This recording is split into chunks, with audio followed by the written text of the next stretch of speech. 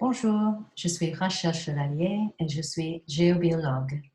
Depuis 2001, j'utilise ma hypersensibilité pour détecter les ondes nocives dans les habitations.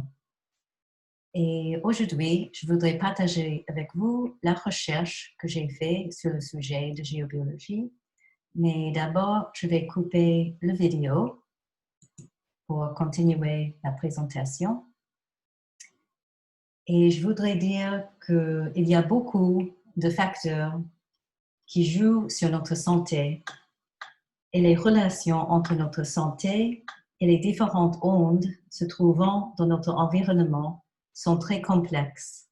Mais on ne peut pas laisser la complexité du sujet nous emprisonner dans l'ignorance, la maladie ou le déni.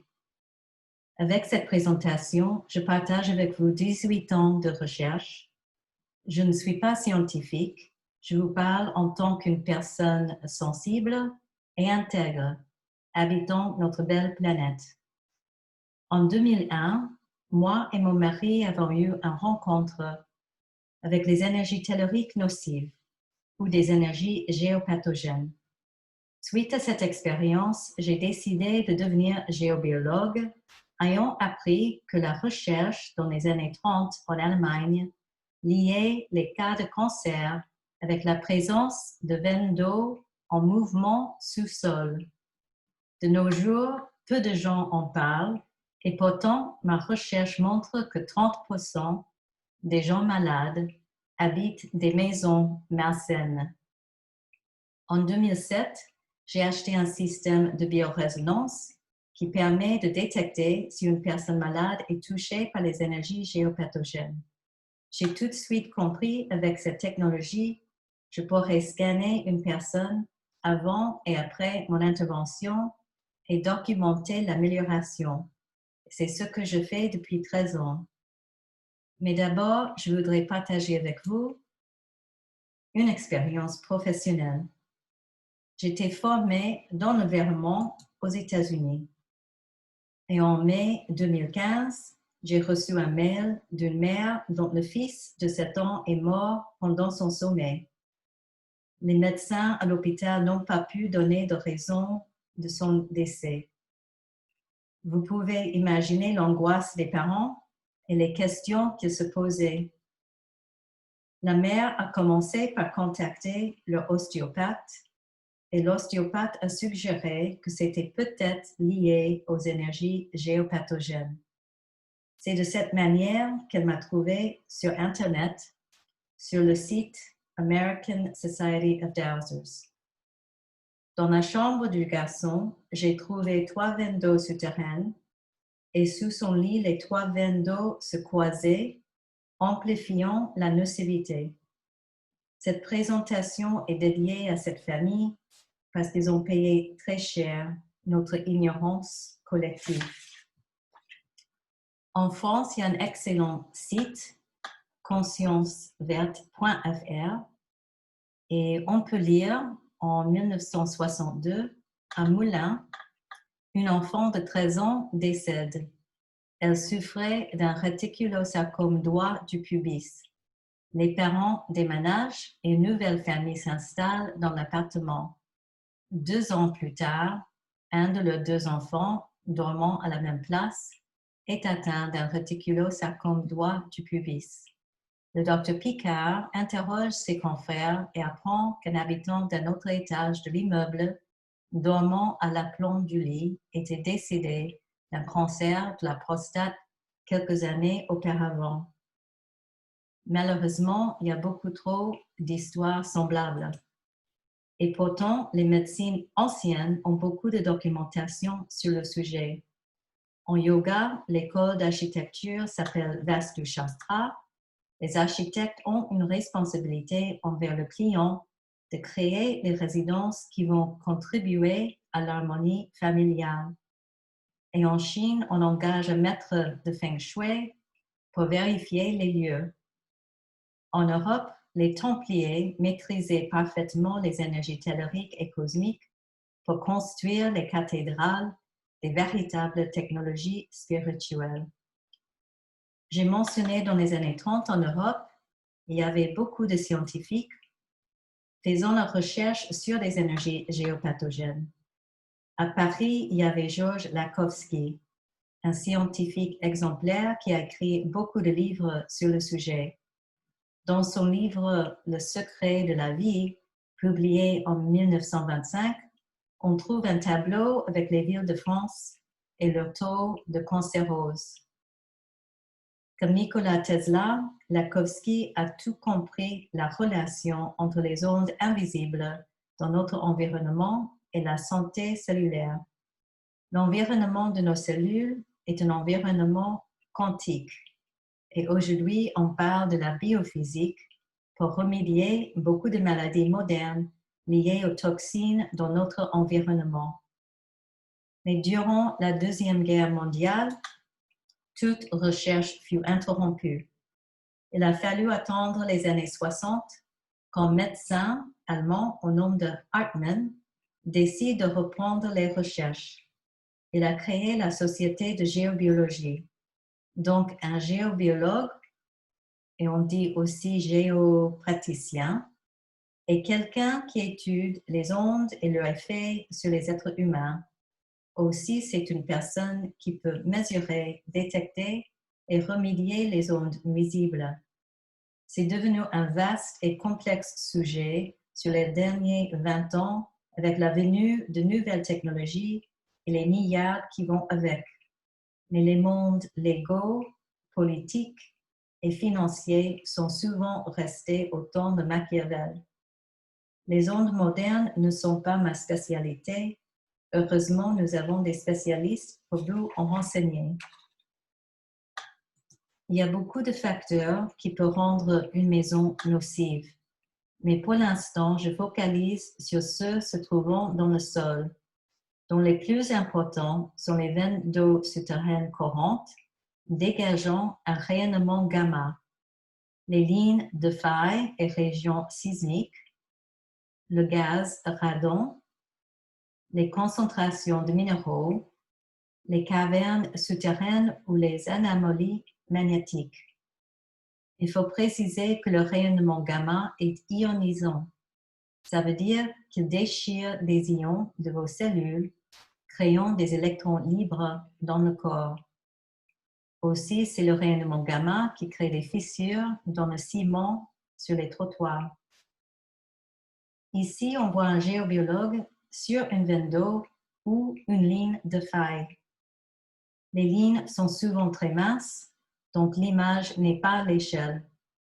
Le rayonnement venant de l'intérieur de la Terre crée des murs invisibles qui montent vers le ciel, donc tous les étages sont touchés. Sous le lit, on trouve un croisement de deux facteurs qui amplifient la nocivité. Comme les zones sont très minces, il est possible avec un grand lit qu'une personne tombe malade, mais l'autre ne soit pas touché par la zone nocive. Il y a un spectrum de nocivité selon le nombre de facteurs présents qui varie énormément d'une maison à une autre et d'une chambre à l'autre dans une maison. Les veines d'eau attirent la foudre, elles peuvent diminuer la vitalité de certaines plantes et peuvent contribuer aux accidents de la route.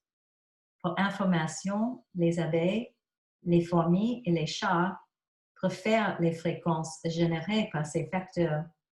Donc, chaque fréquence a sa nécessité dans cette création terrestre et à nous de s'adapter. Le livre The Divining Hand, publié en anglais en 1979, se consacre à la recherche globale sur le sujet. Ici, on aperçoit la présence de rayonnement gamma sur une veine d'eau souterraine mesurée par un compteur scintillation. On constate 5 décès par cancer dans cet endroit.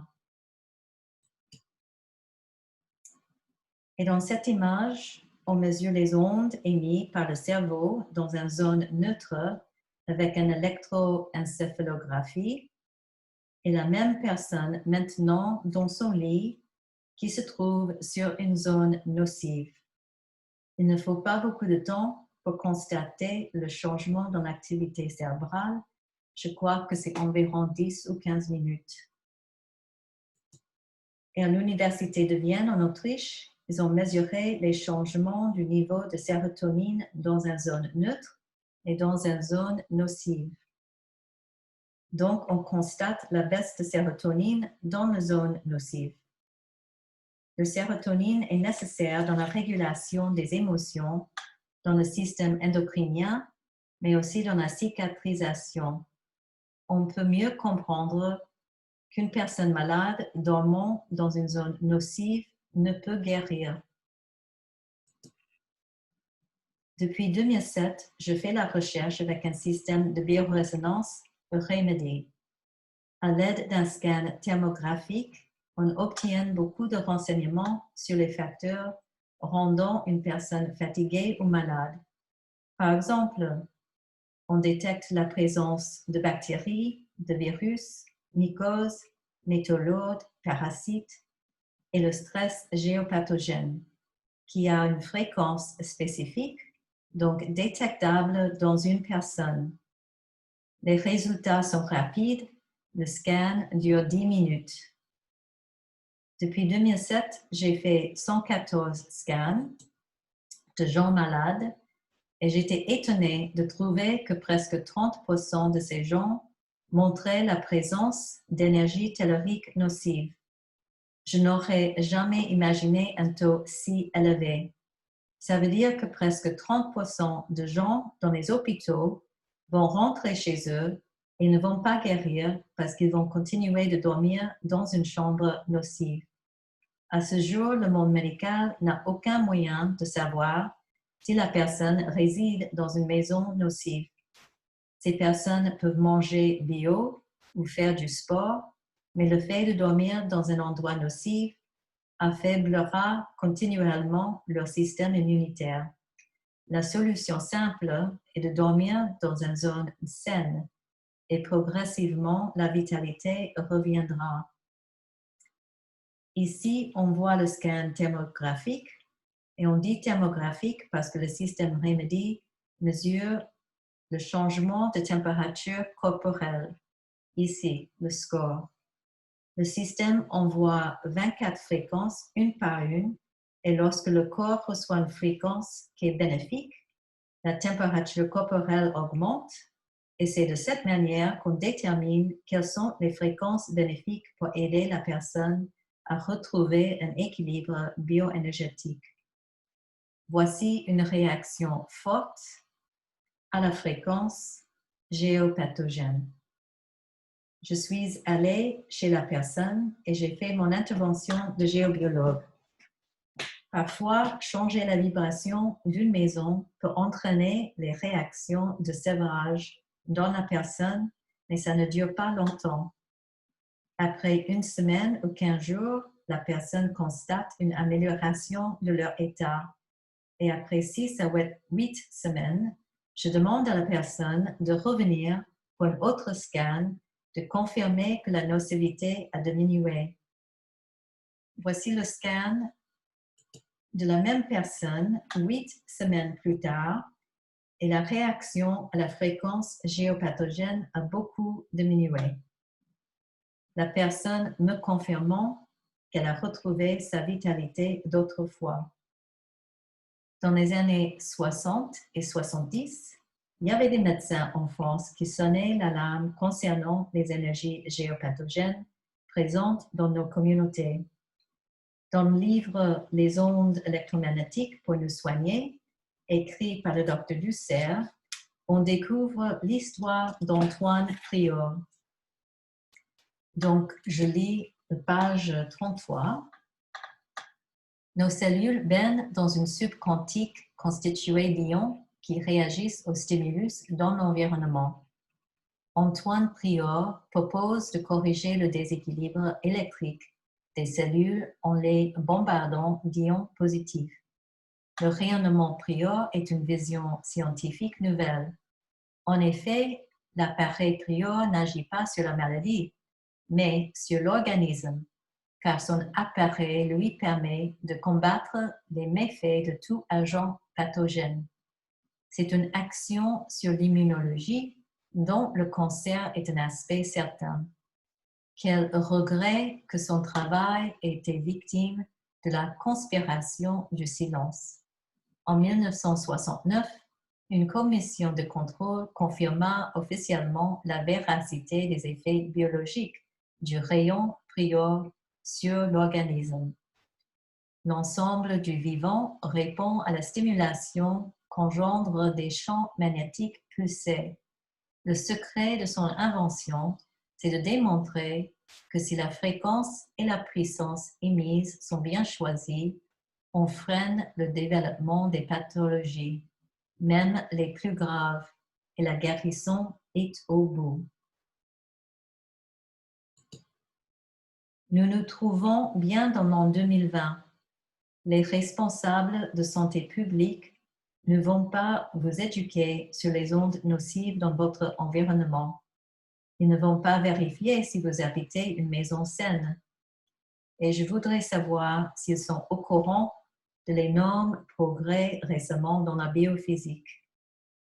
Il faut poser des questions pourquoi la science de biorésonance n'est pas mieux accueillie en France. C'est une technologie qui peut apporter beaucoup de soulagement et nous avons encore beaucoup à apprendre ensemble. J'ai mentionné il y a d'autres facteurs dans notre environnement qui jouent sur notre bien-être. Par exemple, les mémoires de violence restent dans le sol et dans les murs, et notre biochamp est sensible à cette information et peut jouer sur nos émotions et notre état mental, surtout quand nous sommes fatigués ou stressés. Je peux recommander ces 2 livres sur le sujet. Les solutions existent et c'est notre conscience individuelle et collective qui feront la différence entre souffrance ou vitalité. La compassion et l'intégrité vont jouer un rôle important. Donc, à chacun de nous de rester vigilant, de s'informer et de s'ouvrir vers le futur qui est déjà présent dans d'autres pays voisins. Avant de terminer, je voulais mentionner les protocoles de Perelandra que j'utilise régulièrement pour nettoyer et entretenir mon environnement. Je donne des formations et vous pouvez trouver plus de détails sur mon site web. Si vous êtes malade, je vous invite de découvrir la biophysique pour avoir plus d'informations concernant votre manque de vitalité. Le Dr. Luc Baudin a créé beaucoup de vidéos sur YouTube pour vous informer sur le monde bioénergétique. Donc, merci à Dr. Baudin de parler ouvertement de ses expériences avec le monde invisible.